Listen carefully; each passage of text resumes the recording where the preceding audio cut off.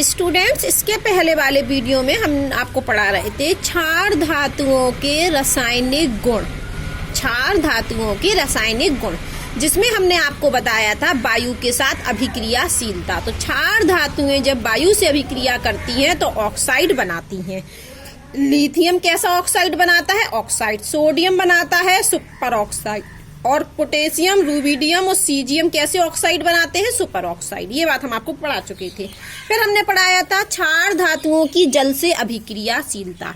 तो क्षार धातुएं जब एम मतलब क्षार धातु, एम का मतलब है यहाँ क्षार धातु मतलब कोई भी क्षार धातु अर्थात लिथियम, सोडियम, पोटेशियम, रूबिडियम और सीजियम, ये है एम का मतलब। तो जब कोई क्षार धातु जल से अभिक्रिया करती है तो हाइड्रोक्साइड बनाती है, ठीक है, और हाइड्रोजन गैस बनाती है। H2 भी निकलता है साथ में, हाइड्रोजन गैस और हाइड्रोक्साइड बनाता है जब क्षार धातुओं की अभिक्रिया हम जल से कराते हैं। तीसरा हमने पढ़ाया था हाइड्रोजन के साथ अभिक्रियाशीलता। तो जब क्षार धातुओं की अभिक्रिया हम हाइड्रोजन से कराते हैं तो हमारे हाइड्राइड बनते हैं। और कैसे हाइड्राइड? आयनिक हाइड्राइड। और इनके गलनांक क्या होते हैं? उच्च होते हैं। इतना हम आपको पढ़ा चुके थे। आज हम पढ़ने वाले हैं हैलोजन से अभिक्रियाशीलता। तो क्षार धातुओं की अभिक्रिया जब हम हैलोजन से कराते हैं तो हैलाइड बनते हैं। हाइड्रोजन से कराते हैं तो हाइड्राइड बनते हैं।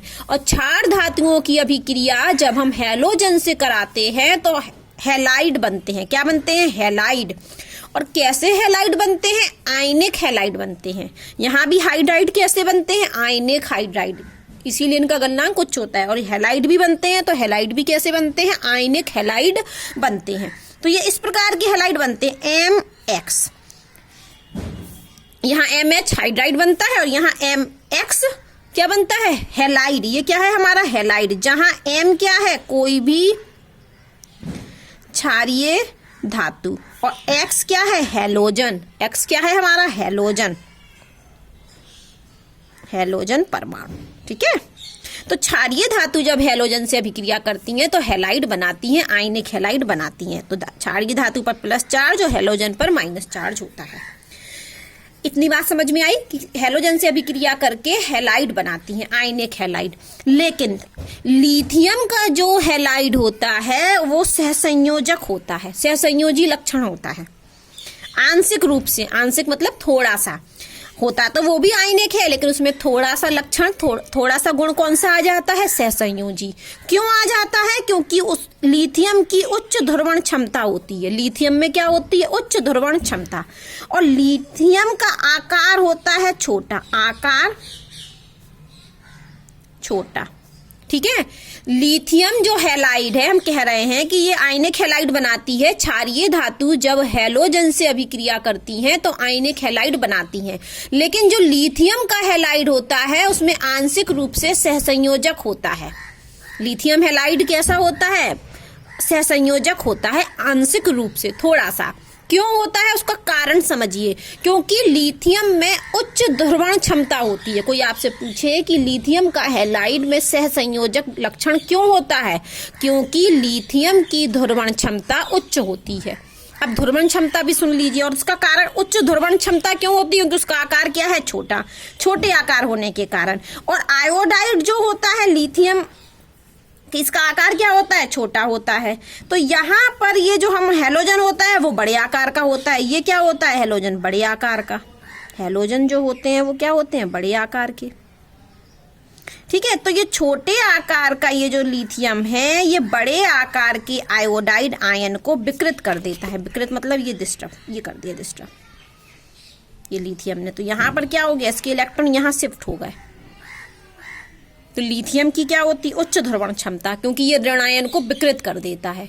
लिथियम छोटे आकार के होने के कारण बड़े आयोडाइड आयन को विकृत कर देता है, मतलब उसमें ध्रुवणता उत्पन्न कर देता है। तो लिथियम की ध्रुवण क्षमता क्या होती है? उच्च होती है। इसी वजह से जो हमारे लिथियम का हैलाइड होता है वो सहसंयोजक प्रकृति का होता है। और जिसमें लिथियम आयोडाइड में सबसे अधिक सहसंयोजक प्रकृति पाई जाती है। क्योंकि वैसे तो सारे ही हैलाइड में सहसंयोजक लक्षण होता है, लेकिन अगर हम बात करें लिथियम फ्लोराइड की और लिथियम आयोडाइड की, तो आयोडाइड आयन क्या है? बड़ा, फ्लोराइड आयन से, तो ये जल्दी विकृत हो जाएगा। ठीक है, वापस सुनिए कि लिथियम के जो हैलाइड होते हैं उनमें क्या होता है, आंशिक रूप से सहसंयोजक होते हैं। थोड़ा सा कौन सा गुण होता है, सहसंयोजक। लेकिन लिथियम आयोडाइड में सहसंयोजक प्रकृति सबसे ज्यादा होती है। ठीक है, लिथियम हैलाइड जो होते हैं उनमें थोड़ा सा सहसंयोजक लक्षण होता है, लेकिन अगर हम लिथियम हैलाइड में ही तुलना करें तो लिथियम आयोडाइड में सबसे अधिक सहसंयोजक लक्षण होता है। क्यों? क्योंकि आयोडाइड आयन बड़ा होता है और बड़ा ऋण आयन में जल्दी से विकृत हो जाता है। ठीक है, बड़ा आकार का ऋण आयन आसानी से विकृत हो जाता है, इसलिए लिथियम आयोडाइड में सहसंयोजक लक्षण सबसे अधिक पाया जाता है। तो आज हमने पढ़ी क्षार धातुओं की हैलोजन से अभिक्रिया। अब हम पढ़ रहे हैं अपचायक प्रकृति। क्या पढ़ रहे हैं? अपचायक प्रकृति। तो क्षार धातुएं प्रबल अपचायक के रूप में कार्य करती हैं। क्षार धातुएं प्रबल अपचायक के रूप में कार्य करती हैं। और वैसे भी आपको याद होगा कि जब हमने आवर्त सारणी पढ़ाई थी तो हमने कहा था लेफ्ट हैंड साइड पर अपचायक और यहाँ ऑक्सीकारक। तो आवर्त में लेफ्ट से राइट जाने पर ऑक्सीकारक गुण बढ़ता है और अपचायक गुण कम होता है। तो ये तो फर्स्ट में ही है। तो ये क्या होती है? प्रबल अपचायक होती हैं। तो अब आप इस टेबल को देखिए 10.1 को। यहाँ पर ये लिथियम धातु दी, ये सोडियम, पोटेशियम, रूबिडियम, सीजियम, और हमें देखना है इनका मानक इलेक्ट्रोड विभव। ये देखिए मानक विभव। तो लिथियम का कितना है? -3.07। सोडियम का कितना है? -2.714। पोटेशियम का -2.9, रूबिडियम का 2.9, इसका भी सीजियम का 2.9। लेकिन आखिरी की 2 डिजिट में अंतर है, यहाँ 25 है, यहाँ 30 है, यहाँ 27 है। लेकिन सबसे ज्यादा ऋणात्मक किसका मान है? लिथियम का। और सबसे कम किसका है? सोडियम का। इस बात को आप ध्यान से देखिए इधर पर, इसको देखना आप टेबल में ध्यान से, मानों को, किसके? मानक विभव के। तो लिथियम के लिए ये मान सबसे अधिक ऋणात्मक है और सोडियम के लिए सबसे कम ऋणात्मक है। ठीक है, अब हम इस टेबल से कुछ यहाँ बताते हैं आपको। तो हमने सबसे पहले कहा कि जो क्षारीय धातु होती हैं वो प्रबल अपचायक होती हैं, और जो अपचायक क्षमता का मापक है वो इलेक्ट्रोड विभव ही है। यदि हमें अपचायक क्षमता को मापना है तो किसकी सहायता से मापते हैं? मानक इलेक्ट्रोड विभव से। तो मानक इलेक्ट्रोड विभव जो क्या है? अपचायक क्षमता का मात्रक है। मानक इलेक्ट्रोड विभव किसका मात्रक है? अपचायक क्षमता का मात्रक है। तो कहा जाता है कि लिथियम प्रबल अपचायक है और सोडियम दुर्बल अपचायक है। कारण सुनिए, क्योंकि लिथियम के लिए जो मानक इलेक्ट्रोड विभव है E0 का मान वो क्या है? अधिक ऋणात्मक है, अधिक ऋणात्मक है। और जितना मानक इलेक्ट्रोड विभव का मान ऋणात्मक होता है उतना ही अपचायक होता है, और प्लस होने पर ऑक्सीकारक होता है। ये वाला इस सोडियम के लिए E0 का मान, मानक इलेक्ट्रोड विभव का मान क्या है? कम ऋणात्मक है। वापस सुनिए, क्षारीय धातु प्रबल अपचायक होती हैं, और अपचायक को यदि हमें क्षमता को मापना है तो इलेक्ट्रोड विभव के मान से नापते हैं। मापक है, क्योंकि इलेक्ट्रोड विभव अपचायक क्षमता का मापक है। लिथियम प्रबल अपचायक है, सोडियम दुर्बल अपचायक है। क्यों? क्योंकि लिथियम के लिए इलेक्ट्रोड विभव का मान क्या होता है? बहुत ऋणात्मक होता है, जबकि सोडियम के लिए कम ऋणात्मक है। कहाँ से पता चला? सारणी 10.1 से। ठीक है, सारणी 10.1 बता रही है कि लिथियम के लिए उच्च ऋणात्मक मान है और सोडियम के लिए कम ऋणात्मक मान है। इसीलिए लिथियम प्रबल अपचायक और सोडियम कम अपचायक। अब आप यहाँ देखिए, हमें मानक इलेक्ट्रोड विभव के मान दिए हैं। Cl के लिए कितना दिया? प्लस का 1.3। आयोडीन के लिए कितना दिया? प्लस का 0.53। Ag के लिए कितना दिया? 0.79। और सोडियम के लिए कितना दिया? माइनस के 2.7। और लिथियम के लिए दिया माइनस के 3.03। तो इस सवाल को जरा यदि हम करते हैं शॉर्टकट में, तो आप यहाँ पर यहीं कर देते हैं थोड़ा सा।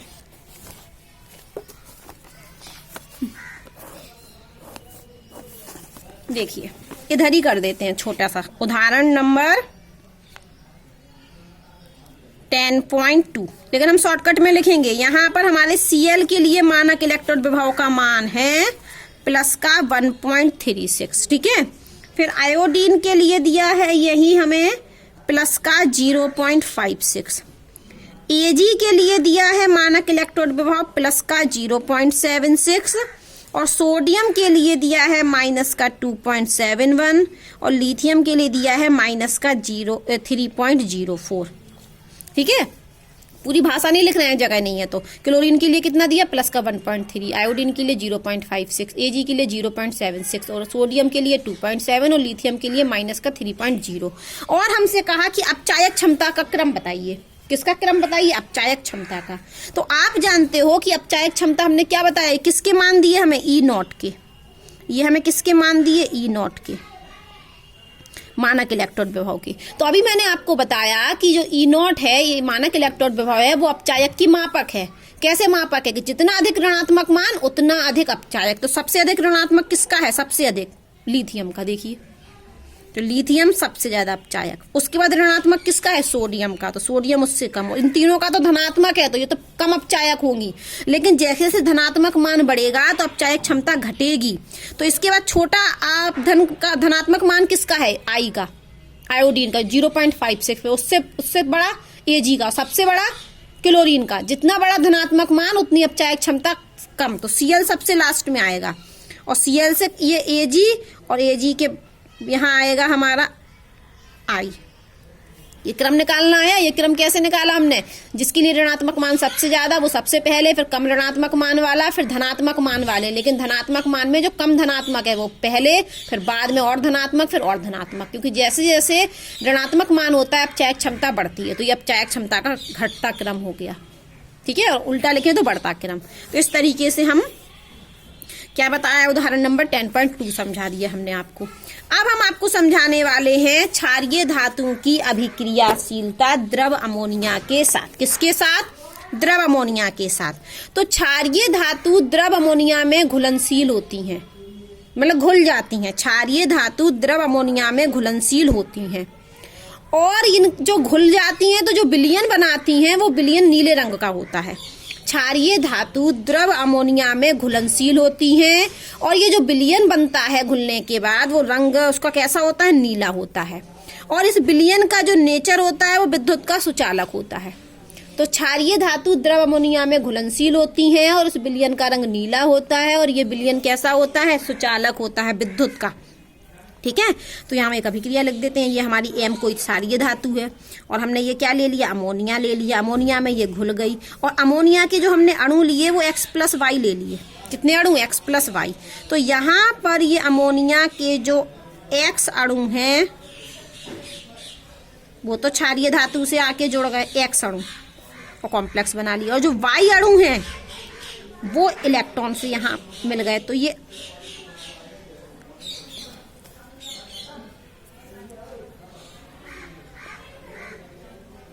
Y अणु, ये X अणु, क्योंकि X+Y अणु लिए हमने अमोनिया के, तो X किससे जुड़ गए, धातु से। और Y यहाँ पर ये क्या है, हमारे अमोनीकृत इलेक्ट्रॉन है। ये कैसे इलेक्ट्रॉन है, हमारे अमोनीकृत इलेक्ट्रॉन है। और इन्हीं इलेक्ट्रॉन की वजह से, अमोनीकृत इलेक्ट्रॉन की वजह से विलयन का रंग क्या होता है, नीला। इन्हीं अमोनीकृत इलेक्ट्रॉन की वजह से विलयन का रंग नीला होता है।